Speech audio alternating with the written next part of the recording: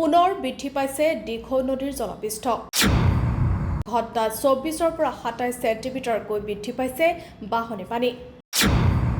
পুনৰ বিপদ সীমাৰ ওপৰেদি বাগৰিছে দিখৌ নৈৰ বাঢ়নী পানী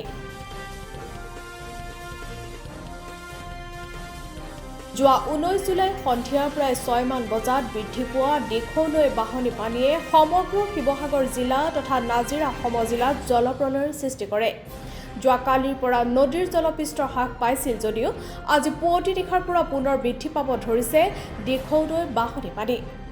চৰকাৰী জলসম্পদ বিভাগৰ তথ্য অনুসৰি প্ৰতি ঘণ্টাত 24 পৰা 27 চেণ্টিমিটাৰকৈ বৃদ্ধি পাইছে দিখৌ নদীৰ জলপৃষ্ঠ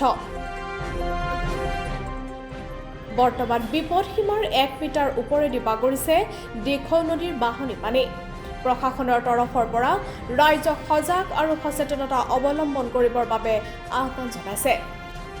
মাছপিছৰাতি 2টামান বজাৰ পৰা বৃদ্ধি পাইছে প্ৰথমতে প্ৰায় ঘণ্টাত আপোনাৰ